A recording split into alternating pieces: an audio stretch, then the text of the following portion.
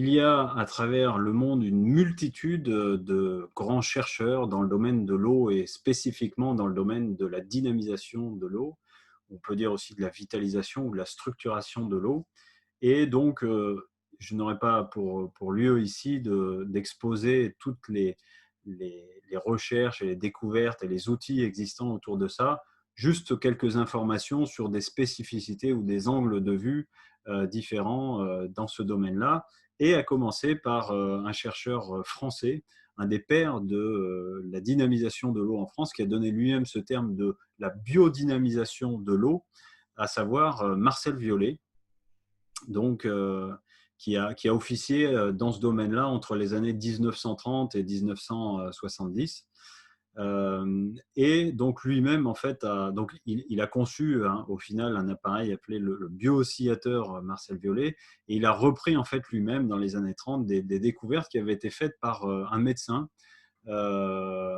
et par un curé plutôt, qui était du nom de Stanislas Bignan, et qui avait en fait, enfin, il y avait à la fois le curé, puis aussi un médecin qui avait travaillé sur d'autres aspects, et qui s'était aperçu en fait que la cire d'abeille avait des propriétés particulières. On vient juste avant de parler des formes, et on pourrait d'ailleurs s'étonner de savoir pourquoi les abeilles font-elles leurs rayons avec cette forme à six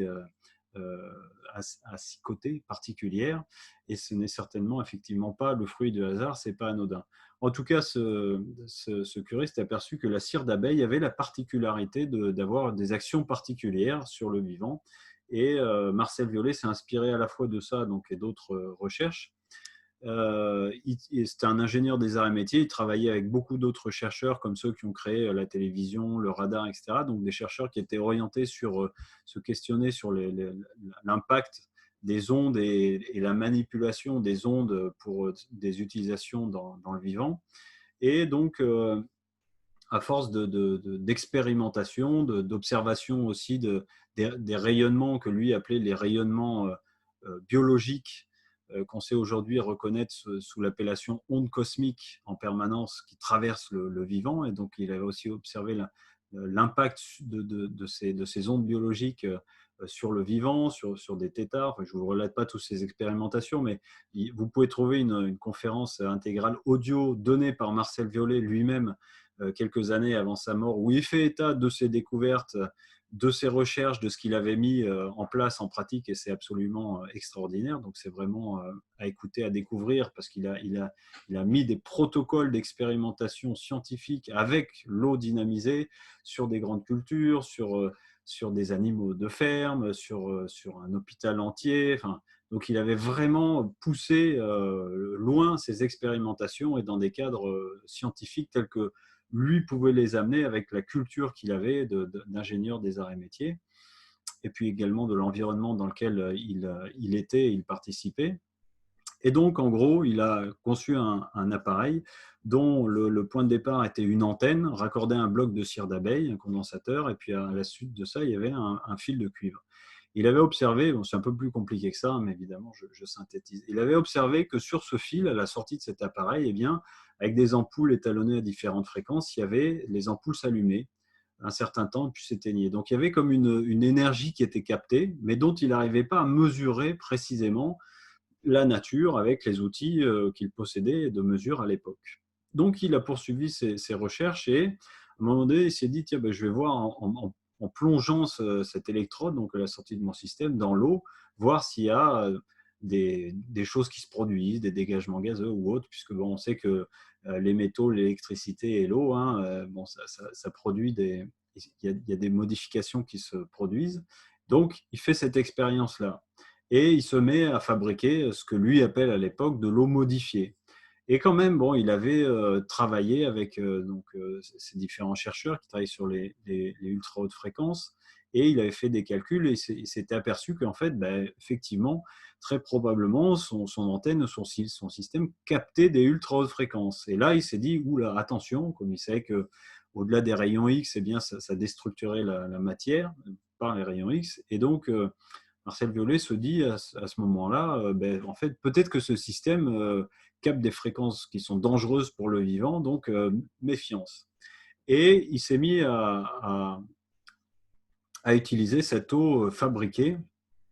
en la donnant à boire à des rats, à des rats de laboratoire. Et donc, eh bien,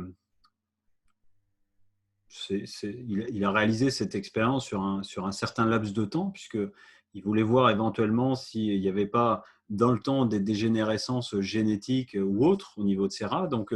comme ça, il a donné sur 7 générations de rats de cette eau modifiée, telle qu'il l'appelait à l'époque, pour voir ce qui se produisait. Tous les rats étaient en pleine forme, donc il en avait quand même beaucoup, il n'allait pas tous les tuer, et il les a revendus à un autre laboratoire qui faisait différents types d'expérimentations. Et puis il a continué ses recherches. Et à peu près 3 semaines plus tard, ce laboratoire qui a reçu les rats du laboratoire de Marcel Violet l'appelle et lui dit « Monsieur Violet, écoutez, c'est quand même un peu curieux puisque nous sommes en train de faire différentes expériences d'injection de poisons, de virus sur différentes compagnies de rats. Et il se trouve que les rats qui viennent de votre laboratoire, eh bien, nous leur injectons ces virus, ils fabriquent un kyste autour de ce virus, et en l'espace de quelques semaines, eh bien, le kyste est résorbé complètement et les rats sont en pleine santé, alors que d'autres rats normaux, entre guillemets, à qui on injecte ces virus, meurent très rapidement. Alors expliquez-nous, Monsieur Violet, d'où viennent ces rats, enfin, qu'est-ce qui fait qu'ils soient aussi, qu'ils aient une santé, un système immunitaire aussi puissant. Et ça met évidemment la puce à l'oreille de Marcel Violet, qui avait déjà constaté par ailleurs d'autres réalités en fait de l'impact de ces eaux-là sur le vivant. Et donc, suite à ça, il se met à faire d'autres expériences à plus grande échelle, donc sur des végétaux, où à chaque fois, il fait des expériences comparatives des végétaux basiques et puis les mêmes végétaux trempés dans cette eau vitalisée, plantée, voilà, et ensuite récoltée, pesée, mesurée, analysée, toujours pareil. Et à chaque fois, qu'est-ce qu'il constate? Eh bien, c'est que cette eau dite biodynamisée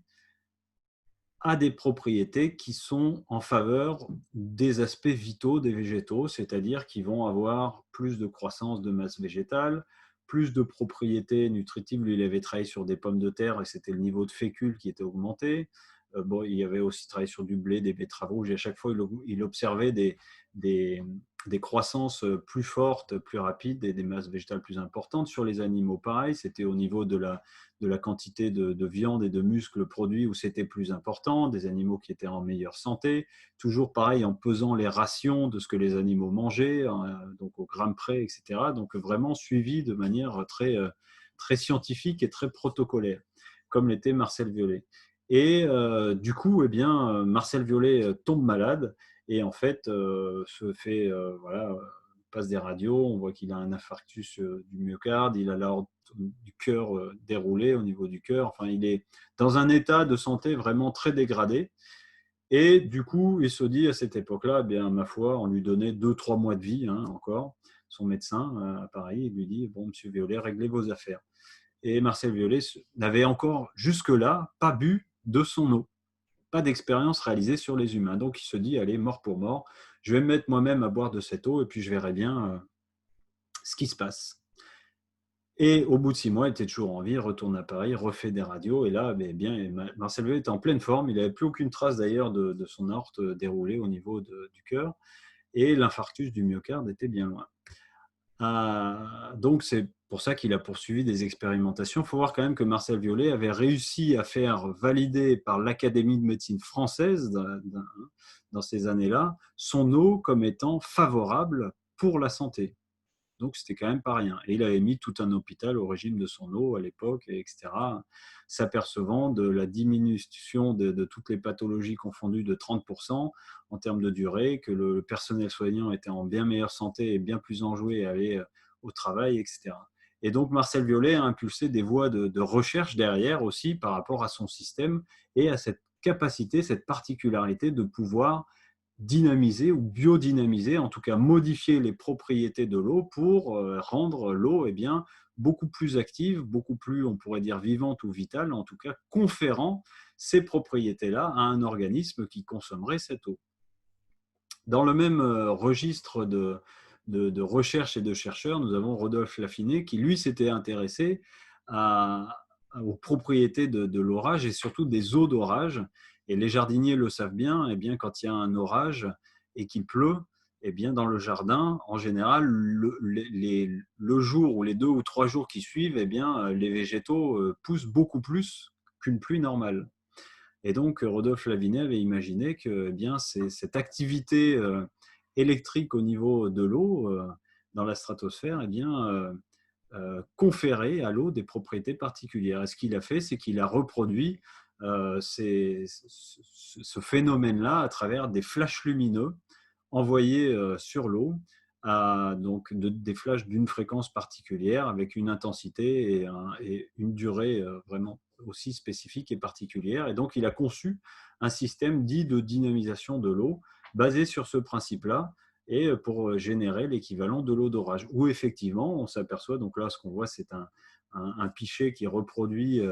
ce phénomène à travers les flashs lumineux à l'intérieur de l'eau et qui va donc permettre d'avoir une eau qui a des propriétés qui pourraient être l'équivalent d'une eau d'orage, c'est-à-dire, encore une fois, des qualités amplifiées par rapport à ce que ça peut conférer au niveau du vivant, de régénération d'un organisme, etc. Donc voilà 2 chercheurs français, mais il y en a eu plein d'autres, je ne vais pas tous les détailler, mais voilà, pour voir qu'on peut en fait obtenir des qualités d'eau spécifiques à travers des outils divers, et où ce qui va être recherché toujours, c'est cette caractéristique qu'on peut qualifier de vitale ou de vivante au niveau de l'eau, et qui, quand cette eau est bue, eh bien, génère des phénomènes de même nature au niveau de l'organisme.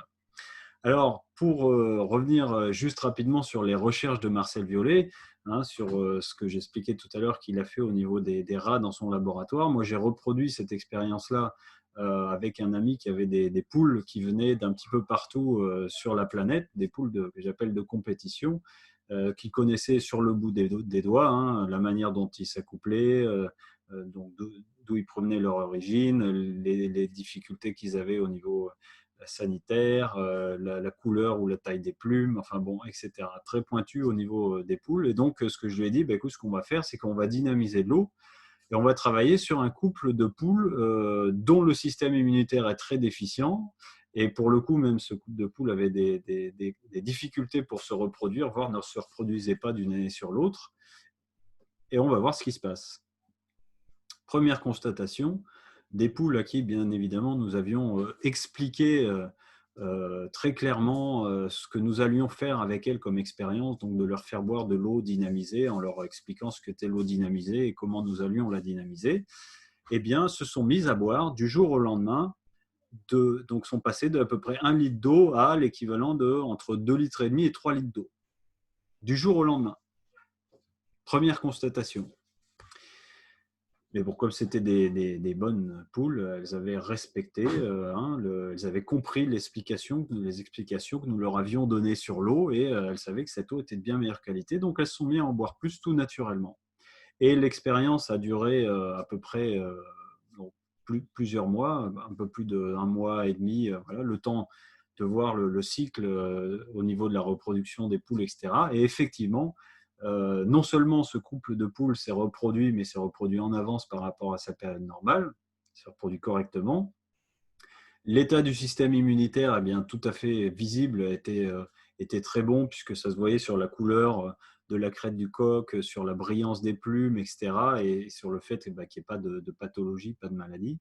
Et donc, voilà, c'est une autre expérience reproduite parmi tant d'autres, mais effectivement aussi, on le voit et c'est très clair, si on donne à un animal, que ce soit un chien, un chat, un cheval, puisque c'est des expériences qui ont été réalisées, un âne, même un âne, de l'eau dynamisée et à côté de ça, une eau du réseau toute simple, eh bien, étonnamment, l'animal va se diriger vers l'eau dynamisée. D'ailleurs, même suite à l'installation d'un système de filtration et dynamisation de l'eau chez des personnes qui avaient des chiens de chasse, qui avaient pour habitude de consommer l'eau de pluie uniquement dans l'arrosoir qui était mis par le propriétaire sous la gouttière, eh bien, les chiens ont préféré consommer l'eau filtrée et vitalisée plutôt que de continuer à boire de l'eau de pluie. Comme quoi, effectivement, les animaux sont loin d'être dupes et ont des sens que peut-être il nous est demandé de retrouver et d'aiguiser en tout cas. Alors, pour aller un peu plus loin dans ce type de recherche et d'approche autour de la dynamisation, et là on pourrait dire de l'information de l'eau, eh bien, tout naturellement, nous pouvons aller voir du côté des recherches de Masaru Emoto, qui a travaillé en fait sur ce qu'il a appelé les cristaux d'eau. Et il a fait évoluer sa technique même pour aller plus loin que ça et voir quelles étaient les influences de l'environnement, de la vibration sur l'eau et également de la pensée, du pouvoir de la pensée sur l'eau. Et là, encore une fois, nous avons la chance de pouvoir reproduire des expérimentations de ce type-là de manière très simple chez nous, sans outils compliqués, et de constater par nous-mêmes la réalité de ces faits et du pouvoir de l'impact de la pensée sur le vivant, sur la nature, et ici en l'occurrence sur l'eau. Masaru Emoto, qu'est-ce qu'il a fait? Eh bien, il a pris des différents échantillons d'eau, d'eau du robinet, d'eau de source, d'eau embouteillée, d'eau, etc. Et puis, il les a fait congeler dans des petites boîtes de pétri de laboratoire à moins 25 degrés. Et puis ensuite, dans une autre pièce, une fois que l'eau était congelée, il observait dans un microscope à moins 5 degrés. Quand l'eau commençait à passer de son état solide à un état de décongélation, eh bien, il a observé les formations cristallines qui apparaissaient et qui fluctuaient. Et il s'est aperçu que, eh bien, quand l'eau était de bonne qualité, qu'elle provenait d'une source, dans la nature, d'un bel endroit harmonieux, etc., eh bien, il y avait des cristaux apparaissants qui étaient structurés, organisés, équilibrés, harmonieux. Et s'ils prenaient de l'eau du réseau, du robinet ou d'endroits pollués, etc., eh bien, il n'y avait pas de cristal apparent ou des cristaux déstructurés, désorganisés, gigantissimes, mais qui ne formaient pas de cristallisation apparente, harmonieuse ou équilibrée. Et donc, il a poussé plus loin ses recherches pour voir quel pouvait être l'impact de l'environnement, donc sonore, vibratoire. Il a mis des échantillons d'eau autour desquels il mettait de la musique, certains types de musique, et il observait, il voyait que les cristaux étaient différents. Musique harmonieuse, cristaux harmonieux, musique déstructurée, cristaux déstructurés, etc. Il a poussé jusqu'à jusqu'à parler à l'eau, ensuite écrire des mots sur les échantillons d'eau, et puis ensuite envoyer des pensées harmonieuses, disharmonieuses sur l'eau, et toujours même constatation. Donc on voit des expériences, et ici des images, par exemple en prenant de l'eau du robinet, cristallisée, pas de cristal apparent, et la même eau du robinet sur laquelle ont été envoyées des pensées positives, on voit que des cristaux équilibrés, structurés, harmonieux apparaissent. Donc, Masaru Emoto a fait comme ça des multitudes d'expérimentations sur ce sujet-là et a écrit plusieurs livres où on peut voir plein d'images, de photos réalisées sur des cristallisations faites de différents types d'eau qui ont reçu différents types de fréquences, de vibrations, etc. Je ne vais pas plus approfondir cette thématique-là, mais il y aura encore plein à dire à ce sujet sur les recherches de Masaru Emoto aussi, sur comment il procède, pourquoi est-ce qu'il est un peu décrié par la science, parce qu'il fait une sélection de certains cristaux. Mais quoi qu'il en soit, dans les grandes lignes, en fait, il a eu le mérite de montrer au monde qu'il y avait une interaction entre l'eau et l'environnement extérieur, et même un environnement extérieur, je dirais, lointain, y compris la pensée, comme ayant une action, et où on voit qu'il y a des grandes voies qui se dessinent, effectivement, que des pensées ou des vibrations harmonieuses génèrent majoritairement des cristaux harmonieux, et que des pensées disharmonieuses ou des états vibratoires ou des environnements déstructurés, déstructurants ou disharmonieux génèrent des cristaux désorganisés ou pas de cristaux du tout au niveau de l'eau. Donc, il a eu ce mérite-là. Et bien évidemment, ce que je vous invite, c'est de reproduire vous-même une expérience de ce type-là, où vous prenez deux pots en verre identiques, un sur lequel vous mettez un symbole positif, un sur lequel vous mettez un symbole négatif, et puis vous faites cuire du riz dans de l'eau. Ensuite, vous versez le riz et l'eau dans les pots, à peu près au même niveau, même hauteur. Vous pouvez fermer ces pots, et tous les jours, sur le premier pot, vous lui envoyez des pensées positives, vous lui dites « tu es beau, tu sens bon, ça me fait plaisir d'être avec toi ». Voilà, pendant, on va dire, 1 minute, 1 à 2 ou 3 fois par jour. Et vous faites le même temps sur l'autre pot avec des pensées négatives, de la haine, etc. Et vous observez ce qui se produit. Et vous allez voir, certainement, peut-être à votre grand étonnement, je ne sais pas, mais que le pot sur lequel vous avez envoyé des pensées positives, où l'eau, du coup, a capté cet état et l'a retranscrit au niveau du riz, qui est le support matériel physique permettant là, du coup, de voir eh bien, ce qui apparaît en termes d'état, on pourrait dire, énergétique, eh bien, vous verrez que sur le riz qui a reçu les pensées positives, harmonieuses, eh bien, il aura naturellement commencé à fermenter au bout d'une semaine ou 2 semaines. Et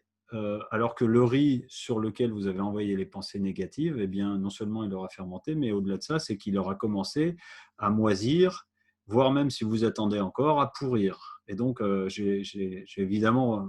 reproduit cette expérience plusieurs fois, y compris dans des écoles avec des enfants CP, CE1, CM1. Donc, c'est accessible et praticable par tout le monde. Et en laissant cette expérience, même après avoir donc envoyé les pensées pendant une semaine, et après avoir laissé les pots tels quels, comme ça, posés à l'extérieur de chez moi pendant 6 mois, eh bien, au bout de 6 mois, même constat, le pot dans lequel avaient été envoyées les pensées positives, le riz est encore ici intact, sans moisissure, présent, et ils ne sont pas particulièrement mauvais, alors que l'autre, eh bien, il a continué sa dégradation, il a moisi, il a pourri, et il dégage une odeur nauséabonde. Donc là, évidemment, c'est une invitation véritable à reproduire, si vous ne l'avez jamais fait ou si vous n'avez pas perçu la puissance et l'impact du pouvoir de la pensée sur le vivant, et ici en l'occurrence sur l'eau, à reproduire cette expérimentation simple pour constater non pas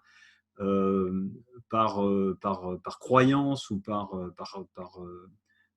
savoir ou ce que je vous dis, mais pour le constater par vous-même d'expérience. C'est ce qui est le plus important. Le plus important, ce n'est pas de croire tout ce qui est raconté ici, mais c'est de pouvoir en faire l'expérience par soi-même et que ça soit attesté par une réalité physique, matérielle, manifeste que vous avez pu constater par vous-même. Et c'est là où ça prend un sens véritable, et c'est là où effectivement on peut après tenir un discours qui a du sens, parce qu'il est étayé et appuyé par des réalités manifestes, concrètes et tangibles dans la matière. Je dirais, chercheur, on pourrait presque dire artiste, Alexander Lauterwasser, qui lui, en fait, et qui porte bien son nom d'ailleurs, hein, Lauterwasser, l'eau forte, l'eau puissante, qui en fait s'est intéressé aux vibrations émises sur l'eau et en fonction de la fréquence utilisée, la forme apparente. Donc il a fait ça sur l'eau, mais aussi sur d'autres supports avec du sable, etc. Donc en gros, c'est une plaque, hein, en dessous de laquelle il y a un émetteur d'une fréquence, hein, avec un générateur, un transformateur qui va permettre de générer la fréquence à la hauteur hertzienne voulue. Des fois, c'est au dixième de Hertz même, hein, ou Hertz près, qu'on va avoir une forme qui apparaît ou qui disparaît. Et donc, sur ce plateau, par exemple, on peut avoir du sable. Et en fait, dès qu'on lance la fréquence, hop, il y a une organisation qui apparaît, une forme qui apparaît et qui va être donc plus ou moins structurée, géométrique ou non, ou pas de forme. Voilà. Et il a mené ces mêmes expérimentations avec l'eau. Et d'ailleurs, vous pouvez retrouver des images dans le film Water, le pouvoir secret de l'eau, de ces expérimentations qui sont absolument extraordinaires, puisqu'on voit carrément des formes animales apparentes en fonction de certains types de fréquences. Et évidemment, ça permet de mieux comprendre comment la vie a pu naître sur notre planète, dans l'eau, à travers des états particuliers, des fréquences particulières, des environnements énergétiques particuliers qui, à force de génération de formes, ont créé des élans de la nature et pour manifester des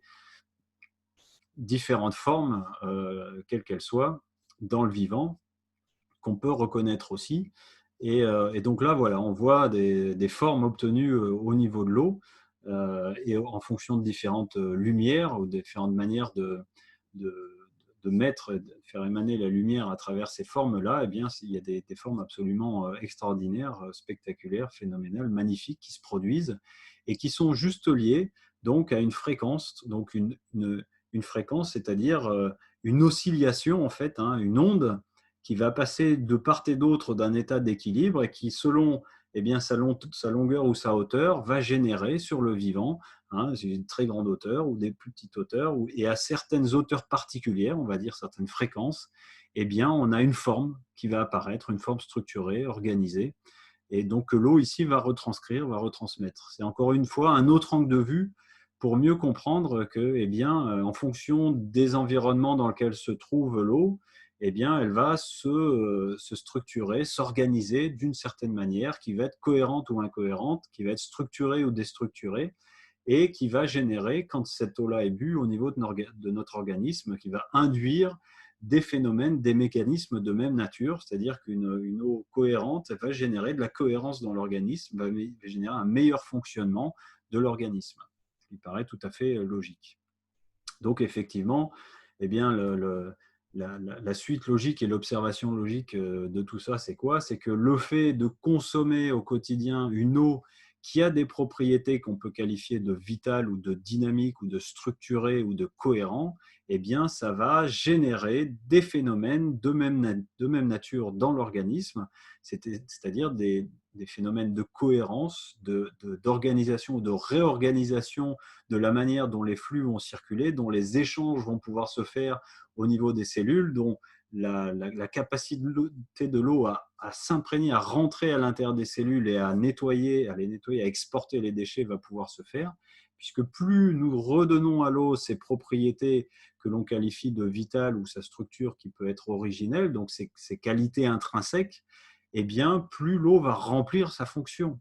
de nettoyage et de transport d'une information cohérente dans l'ensemble de l'organisme. Rappelons que notre organisme est constitué à 70% d'eau pour sa masse, à 99% en nombre de molécules, et finalement à 100% de l'eau, de la terre, de l'air et du feu, des 4 éléments, en équilibre à l'intérieur, et que donc évidemment le fait de consommer tous les jours une eau qui a des propriétés équilibrées, structurées, favorables, harmonieuses, eh bien ça vient entrer en contact, en résonance avec la totalité de l'eau dans notre organisme, dont notre organisme est constitué en majorité. Donc, nous comprenons bien ici que c'est un élément de base constituant indispensable à la vie et à la manière dont l'organisme se structure et fonctionne, et que, évidemment, le fait de consommer tous les jours une eau qui a ses propriétés de structure et de vie et de cohérence, eh bien, par voie de conséquence, ça amène l'organisme lui-même à se structurer, à se régénérer, à s'harmoniser, à se syntoniser sur ces états de l'eau, ces états de cohérence, ces états de structure, ces états d'harmonie. Et donc, évidemment, de permettre à l'organisme de mieux fonctionner, d'évacuer certaines pathologies, de les rééquilibrer. Et là, on va vers ce qu'on appelle la guérison, l'auto-guérison, hein, voilà, qui est non pas liée à l'eau, mais à cette alchimie d'interaction entre l'eau et l'organisme qui retrouve son équilibre, qui retrouve une connexion. C'est un peu comme la plante qui à la fois trouve sa connexion dans le sol avec tous les éléments dont elle a besoin et aussi dans le cosmos. Et ces eaux-là ont cette particularité, et selon comment elles sont structurées, selon quels vont être les outils employés pour amener ces niveaux de fréquence et de cohérence à l'intérieur, vont nous permettre de mieux être à l'intérieur de l'environnement dans lequel nous vivons. Donc, ce n'a pas qu'une action sur les eaux intérieures, leurs mécanismes, leur fluidité, leur manière d'être et de circuler, mais également sur la possibilité de notre organisme à mieux échanger avec son environnement, à commencer par sa prise de terre et également sa communication avec le cosmos, qui a une influence, ne serait-ce que le Soleil, par exemple, hein, pour être plus, je dirais, pragmatique de la lumière, mais aussi du cosmos au sens large, qui, par l'ensemble de ces interactions, permet à l'organisme de fonctionner correctement.